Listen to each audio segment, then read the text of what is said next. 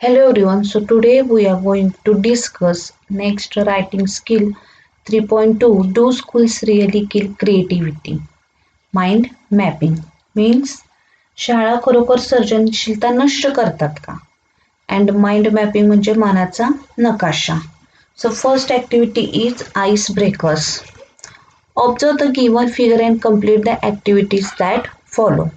आता इथे एक तुम्हाला फिगर दिलेली आहे बघा. या फिगर मध्ये इथं काय दिलेलं आहे? Main idea. त्याच्यानंतर साईडला त्याच्या ब्रँच दिलेल्या आहेत.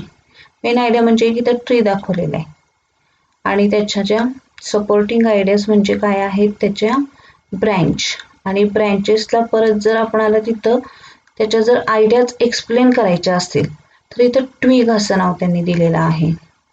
तर ज्यावेळेस आपण एखादी दुसरं तुम्हाला टायटल दिला असेल तर त्यावेळेस replace the main idea by any other thought or title of your on. जो काही विचार असेल किंवा टायटल असेल ते आपण कुठं करायचं आहे? मेन आयडिया इथं रिप्लेस करून ते आपल्याला थॉट किंवा टायटल इथं द्यायचं आहे. Add 3 supporting ideas to the main ideas as their branches. Branches शाखा जे काही तुमचे थॉट असतील किंवा ज्या मेन आयडिया असतील त्याचे जे काही ब्रँचेस म्हणजे सपोर्टिंग आयडियाज ते आपल्याला अशा पद्धतीने इथं द्यायचे आहेत. आणि परत add 2 ideas to one of the branches that explains the meaning of the branch. एखाद्या ब्रँचचा जर तुम्हाला तिथं मीन किंवा आयडियाज एक्सप्लेन करायचं असेल तर आपण इथं हे काय करू शकतो? ट्विगच्या रूपात तिथं आपण लिहू शकतो. आता फॉर एक्झाम्पल ह्याचं आपण बघायचं आहे. आता बघा आपण मगाशी ती डायग्राम बघितली होती, फिगर बघितलेली होती. तर इथं आपण मेन आयडिया असं नाव दिलेलं होतं. तर इथं आपण काय घेतलेलं आहे? तर लिटरेचर. लिटरेचर म्हणजे काय? साहित्य. आता लिटरेचरच्या ब्रँचेस कुठल्या कुठल्या आहेत? प्रोज आहे, पोएट्री आहे, ड्रामा आहे म्हणजेच काय? धडा, कविता. ड्रामा म्हणजे नाटक. तर आता ह्याच्यामध्ये आपण ह्या 2 ब्रँचेस घेतलेल्या आहेत, poetry, drama and next one prose. जसं आपण ट्विग हा पार्ट बघितलेला होता म्हणजेच काय? त्या ब्रँचचं जर आपल्याला परत मिनिंग किंवा एक्सप्लेनेशन द्यायचं असेल तर आता ह्याच्यामध्ये प्रोजमध्ये fiction and non fiction. Fiction म्हणजे काय? तर काल्पनिक. मग काल्पनिक ह्याच्यामध्ये काय काय येतं? Novel, short story etcetera. Novel म्हणजे काय? कादंबरी. अँड शॉर्ट स्टोरी म्हणजे लघुकथा. Next one non fiction. Non fiction म्हणजे सत्य घटना. बरोबर, फिक्शनच्या अपोजिट. त्याच्यामध्ये एसे, आर्टिकल अशा गोष्टी येतात. ह्यांना आपण काय म्हटलेलं आहे इथं? Twigs. Okay. Next example. Complete the given blank spaces balloons with your ideas in the figure and describe your basic preparation for the HSC board examination. Also complete the activities that follow. आता इथं आपल्याला काय केलेलं आहे? एक figure दिलेली आहे आणि ती फिगर काय केलेलं आहे? ब्लँक स्पेसेस किंवा बलून्समध्ये दिलेले आहेत आणि या बलून्समध्ये आपल्याला काय करायचं आहे? Preparing for the HSC board examination. जे काय आपलं HSC बोर्ड आहे त्याचं तुम्ही प्रिपरेशन कसं करणार? इथं आपल्याला काय करायचे आहे? आयडिया ज्या काय आहेत त्या इथं आपल्याला ह्या फिगरमध्ये नोट डाऊन करायचे आहेत. सो फर्स्ट आपल्याला इथं दिलेलीच आहे thorough reading of all text books. म्हणजे काय? की एखाद्या टेक्स्ट बुकचं जे रीडिंग आहे ते आपल्याला थरो म्हणजे अतिशय कसून असं करायचं आहे. नेक्स्ट आपण बघूया. Manage time adhere to the study schedule. Adhere म्हणजे काय? पालन. जे काही तुम्ही स्टडीचं शेड्यूल केलेलं आहे त्याचं जे टाइम मॅनेजमेंट केलेलं आहे त्याचं तुम्ही तंतोतंत काय करायचं आहे? तिथं पालन करायचं आहे. Next one solve question papers of the previous years.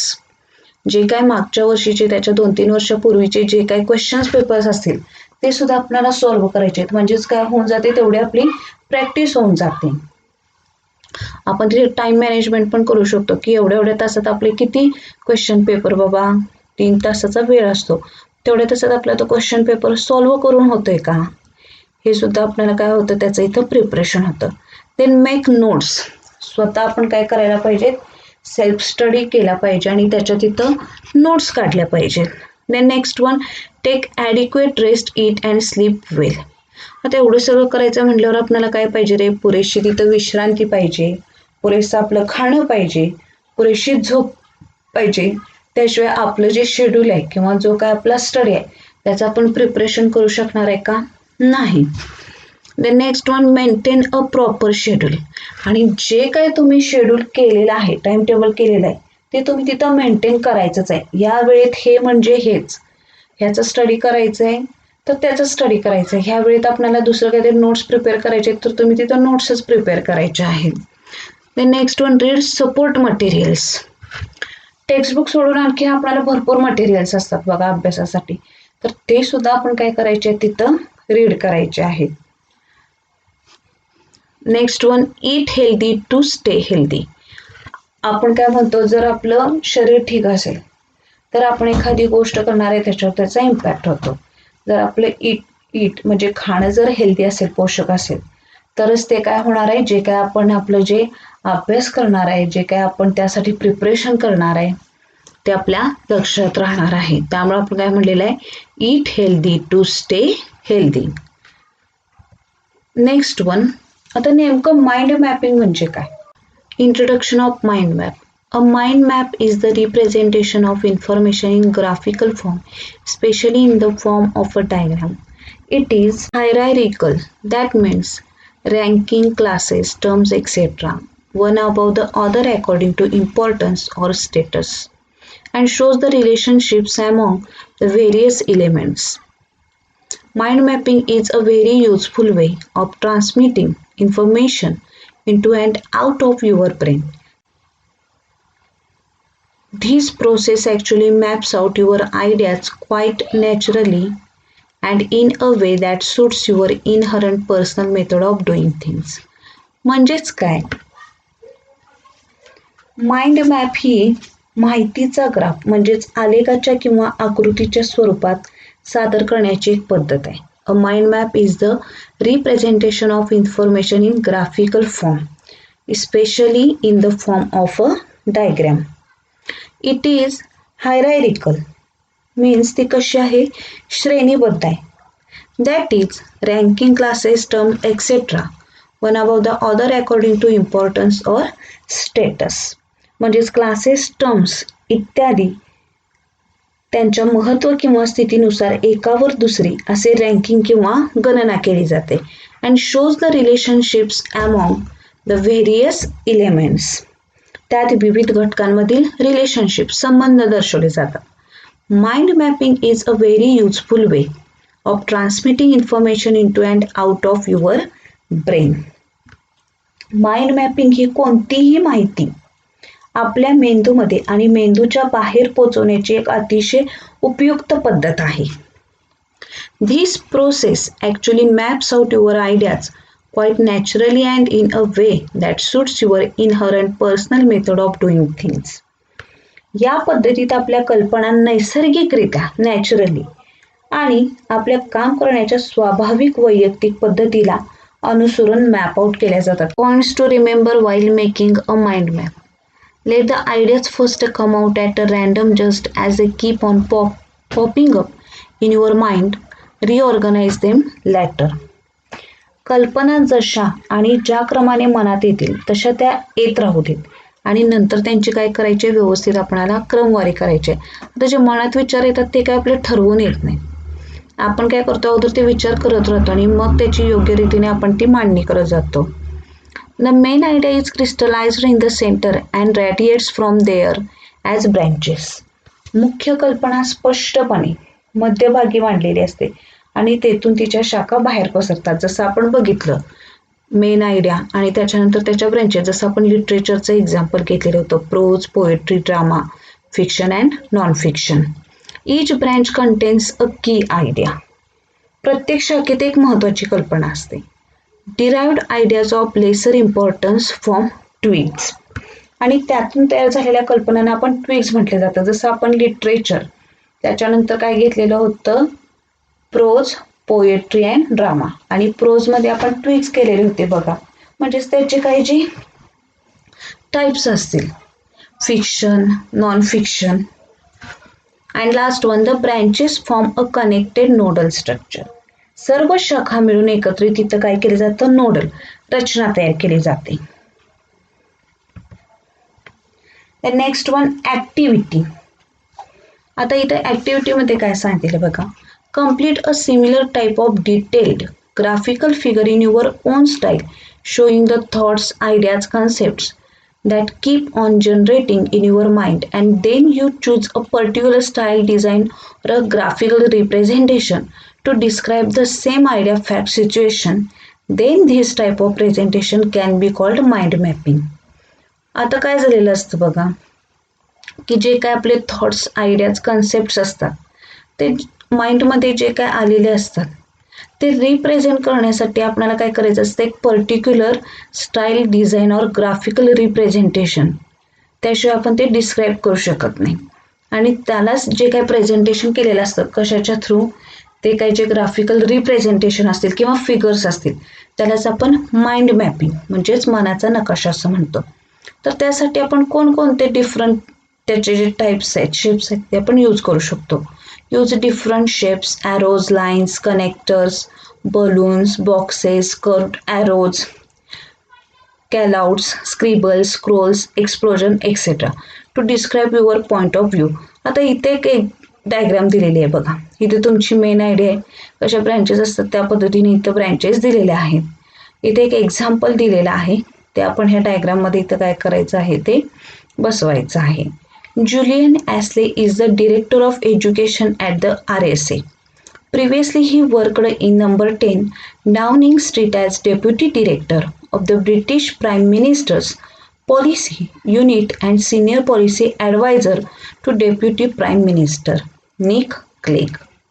Previously, he was the Director of Centre Forum, a Westminster-based think tank. He has also worked as a post-conflict advisor to the British government in Whitehall and to the United Nations in Bosnia and Kosovo. आता ही जी सगळी Julian ॲस्ली यांचे जे काय अगोदर त्यांनी कुठं कुठं काम केलेलं आहे आणि त्याच्यानंतर त्यांची कोणती पोस्ट आहे हे आपल्याला काय करायचं आहे, या ही तर जो हा आपल्याला शेप किंवा ही जी डायग्राम दिलेली आहे ह्याच्यामध्ये आपल्याला ते फिलअप करायचं आहे. Julian Astley positions held. So first one आपण बघितलेला आहे, Director of Education at the RSA. Next one, Deputy Director of the British Prime Minister's Policy Unit. Senior Policy Advisor to Deputy Prime Minister Nick Clegg. Next one, Director of Centre Forum, a Westminster-based think tank. Post-conflict advisor to the British government in Whitehall. And last one, post-conflict advisor to the United Nations in Bosnia and Kosovo.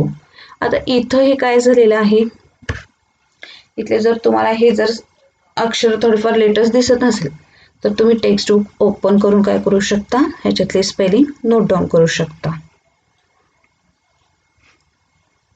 Brainstorming activities मधला आपण एक example घ्यायचं आहे की जेणेकरून तुमच्या लक्षात येईल की बाबा कसं माइंड मॅपिंग करायचं असतं. तर इथे क्वेश्चन दिलेला आहे, develop a mind mapping frame design to show the benefits of games and sports to the students.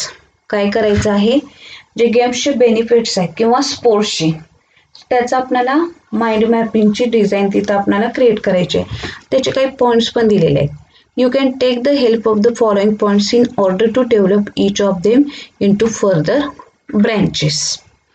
Fitness and stamina हे झालेले त्याचे ब्रँचेस पण आपल्याला दिलेले आहेत. Team spirit, sportsmanship, group behaviour, killers instinct, will to win. आता first आता आपलं जे माइंड मॅपिंगचं जे टायटल आहे ते काय आहे, बेनिफिट्स ऑफ गेम्स. त्याच्यानंतर त्याच्या ब्रँचेस काय आहेत, fitness and stamina, will to win, group behaviour, team spirit. आणि त्याच्यानंतर जे काही ट्विक्स म्हणजे त्याचे इलुस्ट्रेशन किंवा जे काय कसं तुम्ही डेव्हलप करू शकताय त्या ब्रँचेस नाही तर ट्विक्स इथं दिलेले आहेत. So first one, fitness and stamina. तर एनहान्स्ड स्टॅमिना, पूर्णपणे आपण आपला स्टॅमिना तिथं काय केला पाहिजे, वाढवला पाहिजे किंवा फिटनेस सुद्धा तिथं वाढवला पाहिजे. Then next one, will to win, जिंकण्याची इच्छा. मग त्याच्यासाठी काय काय करावं लागतं, critical thinking, practice time management, किती वेळात ते आपल्याला प्रॅक्टिस करायचं आहे त्याचं टाइम मॅनेजमेंट करावं लागतं. स्ट्रेस बस्टर, कसं असतं बस्टर म्हणजे आपण काय म्हणतो, एखाद्या गोष्टीचा पूर्णपणे विध्वंस करणारी व्यक्ती. पण तो जो स्ट्रेस आहे तो कसा निभावून न्यायचा हे सुद्धा काय आहे, विल टू विन मध्ये तिथं येतं. ते आपण जे स्लेजिंगचे वगैरेचे प्रकार बघतो बघा. एक टीम दुसऱ्या टीमला जर काहीतरी अशी बोलत असते किंवा एखाद्या प्लेअरला बोलत असते, तो स्ट्रेस बस्टर तिथं आपण तो निभावून न्यायचा असतो. Then group behaviour. ग्रुप बिहेवियरमध्ये काय काय आहे, बिलॉंगिनेस. बिलॉंगिनेस म्हणजे एकमेकांबद्दल आपल्याला आपुलकी असली पाहिजे. देन डिसिव्हनेस, निर्णय क्षमता. And next one teamwork. इथं काय असतं, एखादी जर गेम किंवा जर जो काही तुमचा स्पोर्ट आहे जर तुम्हाला तो जिंकायचा असेल खेळ, तर तिथं टीमवर्क खूप तिथं महत्त्वाचं असतं. And next one team spirit. तुमच्या टीममध्ये किती स्पिरिट आहे, किती चमक आहे तुमच्याकडं, हे सुद्धा तिथं महत्त्वाचं असतं. तर त्याच्यासाठी काय असतं, टीम डायनामिक्स म्हणजे तुमची टीम किती प्रोग्रेसिव्ह आहे, किती गतिमान आहे तुमच्या टीममध्ये जे काही प्लेयर्स असतील त्यांच्यामध्ये. देन इन्स्टिल्स डिसिप्लिन म्हणजे एक मनावर बिंबवलेली एक डिसिप्लिन शिस्त असते बघा, की एखादा गेम खेळायचा म्हणलं त्याचे रूल्स रेग्युलेशन जे काही शिस्त आहे ते आपल्याला तिथं फॉलो करावीच लागते. And next one perseverance. Perseverance म्हणजे चिकाटी, त्या खेळाबद्दलची असलेली जी काय तुमची चिकाटी आहे हे सुद्धा तिथं बघितलं जातं. Okay, thank you.